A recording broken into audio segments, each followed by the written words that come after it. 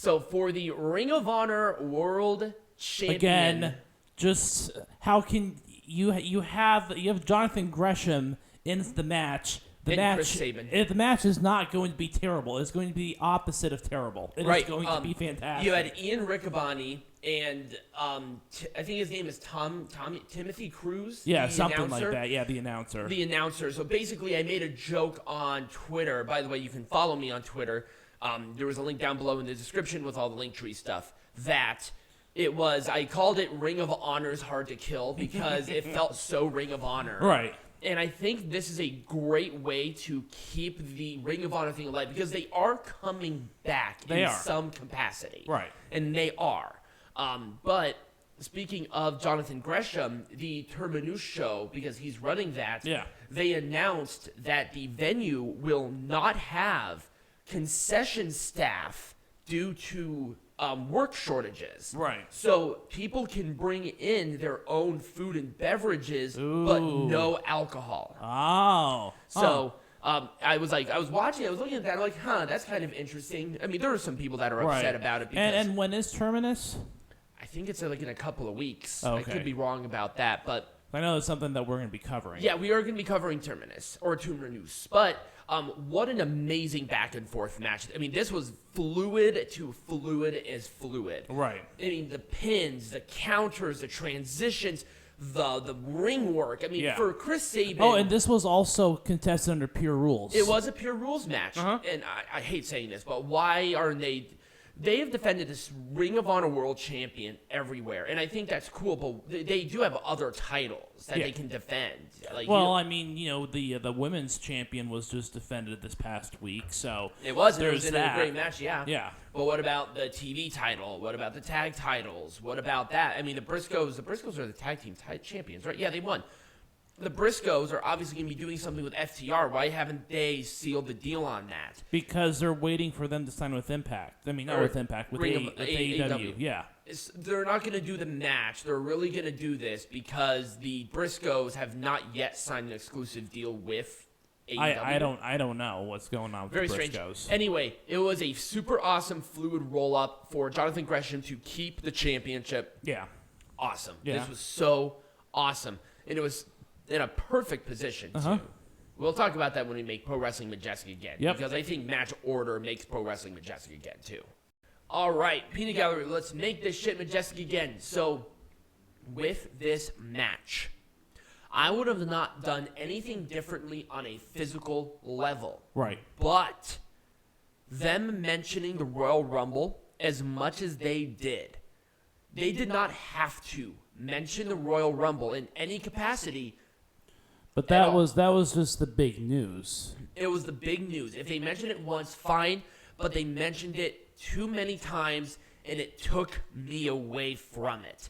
Also, the intensity in some parts of this match were not all the way there. If this is a blood feud, make it feel like that. I don't know that it was a blood feud.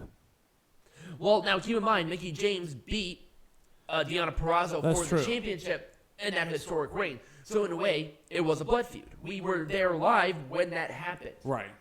Biggest pop of the night, I swear to God. But it was a blood feud because that's how Deonna Purrazzo viewed this championship. But it's kind of over at this point. I think Deonna Purrazzo's moving on to different things. I think Mickie James moving on to different things. And I'm happy this was the main event, by the way. I'm happy too. I think even if they were not going to announce that Royal Rumble entry thing that WWE did, this was going to be the main event. Oh, absolutely. There was no point, and I hate saying this because this is mean, there was no point on Cardona being in this match. No, there wasn't. It was really a Moose versus W. Morrissey thing. If it was only going to be Moose versus W. Morrissey, they would have done a different rivalry. And I think Mack Cardona and W. Morrissey were taken out of a proper one-on-one match. Either or. If it was Moose versus Cardona, great. If it was Moose versus W. Morrissey, great. Right. A three-way match in this just felt a little off to me. It did. It was kind of that third wheel situation. Right. Also, Cardona was the main focus of this rivalry where people were really backing him, and they still were during the show. Yeah. But him eating the pin after everything that happened and how they built it was the wrong decision. I don't know. I don't think they had a choice. Because they booked themselves into a corner by having this three-way. If they wanted to do Morrissey and Moose, that would have been whatever. And if they wanted to do that, okay, then he would have eaten the pin. But Moose emphasized that Cardona was a mid-carder at best. And for Cardona to be pinned clean, it emphasized that. Well, that just makes Moose all the more powerful looking. Right. No, it made him look right. Cardona did not feel like a main eventer in this. Because it was a three-way. Exactly. It shouldn't have been a three-way in the first place. Yeah. They booked themselves into a corner, and they made the wrong choice on how this match ended. Yeah. If but they were that's just is what it is. If they were going to do where Cardona ate the pin, I would have done like a chair shot or a bell shot or something like, a cheat thing, you know? That would have been, that at least would have saved where Cardona could have theoretically have won that, or it was by fluke. Right. Too many people. Yep, too many people in this match. There was if it was just Violent by Design taking on Heath, Rhino, and Eddie Edwards, that would have made this match infinitely better. Yeah. Just in general. Oh, yeah. The Good Brothers versus Rich Swann and Willie Mack should have been a totally separate match. They were shoehorned in there to get those guys on the card. Right. That's pretty much it. It was stupid. Yeah. And there was no reason for it because guess what? There was just too many people. The Heath Rhino Violent by Design thing was the hardcore match that this should have been. Right. And Eddie Edwards being put in there, if they want to do that just to have the balancing effect out, fine. Because Eddie Edwards is the hardcore guy. Right. But the other two teams, no reason for it. You had plenty of time to have a TNA or an Impact World Tag Team Championship match. No, absolutely. It just didn't happen. Stupid. Yeah. Just absolutely stupid. Yeah. This was awesome. Yeah, I wouldn't have done anything different from the debut of Jonah to the match itself structurally and where everybody looked good after. Right. And again, this is part of the redemption arc for Josh Alexander. Right. And that is why Jonah was a big guy going in there. Right. He was a formidable wall in the way of the redemption. And he had to overcome and now it's going to be the Charlie Haas arc, which is fine. So I wouldn't have really done anything different with this match. I thought it was structured really well. The rivalry was great, and I think Jonah has a few more months left, so we'll see who he faces at Rebellion. Because you know he's going to be in a match at Rebellion. Exactly. So I would not have changed a thing. I wouldn't have changed a thing with it. I may have wanted to have Jonathan Gresham maybe do something with Impact a little bit more before the show itself, because it just felt like a cold title match to me. It pretty much was, And it was good structurally. I wouldn't have done anything different inside of that. But I really wish they would have built a story around, hey, let's up the ante. Let's make it pure rules. We didn't know it was pure rules until the match started. Right. If it was pure rules, that's what makes it important. Right. It was just, there were just some story aspects with this that could have been done better. A little bit better, absolutely. Right. So that was just kind of the only thing for me as it relates to that. I wouldn't have done anything different with this in every single way, shape, or form, including the winner. Right. Because Steve Maclin is now even more pissed off than he was before. What's his next move? Maybe as soon as Charlie Haas's match is done, it's going to be Maclin versus Alexander. Or maybe he goes after a different championship, takes advantage of that. He's pissed. He's a pissed off gentleman. I think him going after Josh Alexander would actually be the next really good match for Rebellion, because obviously they're going to do Moose versus Morrissey. Let's do a number one contenders match between Maclin and Alexander. Why? Because both Why? of them Maclin lost. Maclin's just a pissed off redneck now. Well, what other title can he go for? The digital media champion has to step down. The only other title. That's not. Why do you think that's a step down necessarily? Because the only time that this title has actually been defended, it has not been defended on pay-per-view yet. It's been defended on pre-shows and stuff on social media. So how can you sit there and say that it's not a step down? It's kind of a step down. I'm just saying that's a perfect way for him to go about getting a title if he wants to, because he's a pissed off guy. He was going to take advantage of something, and maybe he wins the belt and puts it on the line every single week or something like that. That at least build the credibility of that belt, but also that there's going to be a development on a good match. Right. But that's the point. The point is that now he's pissed off. He doesn't deserve number one contender. He deserves none of that. He lost.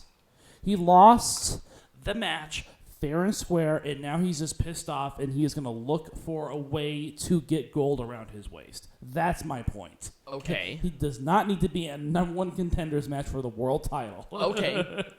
Here's the thing. We need a few more of these types of matches for these women to be more comfortable. I think that starting with 6 people was the wrong decision. Yep. They should have started with like 3 or 4. Right, because we've seen that before. Right. That would have been fine. Like a 6-person thing to determine it, because now you're just adding people. Well, for no again, reason. They're not comfortable with the Ultimate X. You could tell. Why do you have the max number of people that can be in this match for the first one? Right. Have like 3 or 4 of them instead of 6. I think that would have actually put a benefit onto the match itself. Have like Jordynne Grace, Tasha Steelz, because they're the ones who brought it up, and maybe Chelsea Green. Right. I mean, the other one's like, okay, Rosemary's been with the tag. Lady Frost just debuted, and Alisha Edwards has not been on TV. Why did they get that opportunity? Right. At least Jordynne Grace is a champion in some way, shape, or form. Tasha Steelz helped not only get the match off the ground, but she's been on TV constantly, and Chelsea Green has been wrestling constantly and winning matches. Right. That would have been fun, and I think that would have actually added to the match. Right, because then the spots could have been a little higher quality. Right. But anyways, a couple of other things. The ROH invasion. What are your thoughts on that? I believe if they I don't know how much follow-up there's going to be on this. I mean, I understand why they're doing it, but I need some. They haven't done a lot of. Have they done a lot of follow-up with this? Yes, they have. Okay. They have attacked. They attacked on last week's Impact. They attacked D'Lo. Okay. They had a couple of other involvements, including in the main event. Right. But my problem is that the people that they chose was a bit different. Because people who watch it, if the people who watch Impact are going, there's only assumption, 75% of them watch Ring of Honor. It's almost the same fan base. Okay. And the fact that they had Taven and Vincent, who had that huge blood rivalry, now standing shoulder to shoulder like nothing fucking happened, is the How long ago was that blood feud? It was, the number one contendership changed hands, I think, like 2 weeks before Final Battle. So it was still fairly fresh. This was a recent, okay. It's still fairly fresh, but also they had a big blood feud. Right. This was not just a small blood feud. And also, they're keeping the same sort of gimmicks without any sort of synergy. Right. It kind of feels like it kind of feels like it kind of feels like, oh god, what was that team called? It was Bo Dallas. It was Bo Dallas, Adam Rose, Heath Slater, and Curtis Axel. What were they? I don't remember that. Social Outcasts. Oh, there we go. They were the social. I feel like they're the social outcasts. Right. And that's how not what you should feel like as it relates to this. Right. Have them maybe wear like a T-shirt or some innuendo where they have like something synergy. Right, something that brings them together. Other one, your thoughts on Tom Phillips, whatever his name is, no longer slave name, being a part of the show. He replaced Matt Stryker. Matt Stryker's firing, I don't understand it because I thought he was doing fine. Yeah. Do you believe a 3-person would have worked? No, there can only be 2 in that. D'Lo Brown is just fine. Yeah, he's fine. He's fine doing the color commentary. It's obviously a decision that they made, but I feel like they did that a little unceremoniously to Stryker. I don't think it was either a good or a bad thing. Now I can see some positives. I can also see some negatives. I just don't know. I mean, Stryker's tweet kind of gave me the impression that they just fired him, and my thing was, why? Maybe it wasn't all Impact decision making because they are still owned by Anthem. That's true. But anyways, That was another new development. I can't think of anything else that happened. Not particularly off the top of my head, other than I was going to want to talk about the orientation of the match because I wouldn't have done anything differently with this. Oh yeah, no. Because in the general overall thing of the show, this Hard to Kill was a perfect example on how to structure the orientation of matches, which is very important for people's interest to stay with the show. You don't want to burn them out too quickly, but you don't want technical wrestling to start off the show because they'll get them bored. Right. For every 2 matches, they had a slower paced match structurally. So they had first the Ring of Honor World Championship match, the Ring of Honor World Championship match. They had a couple of matches, and then they had the Hardcore War, where basically there wasn't a lot of technical wrestling. It was just hit somebody over the head or put them through a table. Right. There wasn't. It was a perfect melding of those two aspects. It keeps your interest up. Right. Okay. So next week, I don't know when the when is the Terminus event? I do not know. I can look it up really quick here if my shit wants to. Because actually, I had that pulled up a little bit before. I don't think it's actually anytime soon. I thought it was like later this month.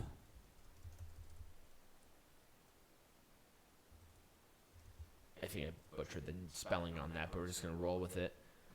Wikipedia, work with me today. They're not going to. I don't think it exists. You don't think? I don't think there's a page for it. Okay, I will double check on that. I think it's next week. I think it's on the 16th. I could be wrong. Anyways, we're gonna cover that if that's being covered. If not, then today's the 16th. I think it's the 23rd. Anyways, so So we'll cover that if that is indeed a part of next week. If not, we'll have a topic. It's TBD.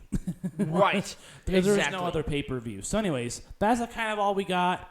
Anything else we need to go over before we... Other than follow us on all of our social medias, become a patron. Yes, we'll let you know ahead of time on what the next thing is. I think I know what we're going to do if we don't have a pay-per-view. Yeah. But other than that, we're good. And as always, be... majestic.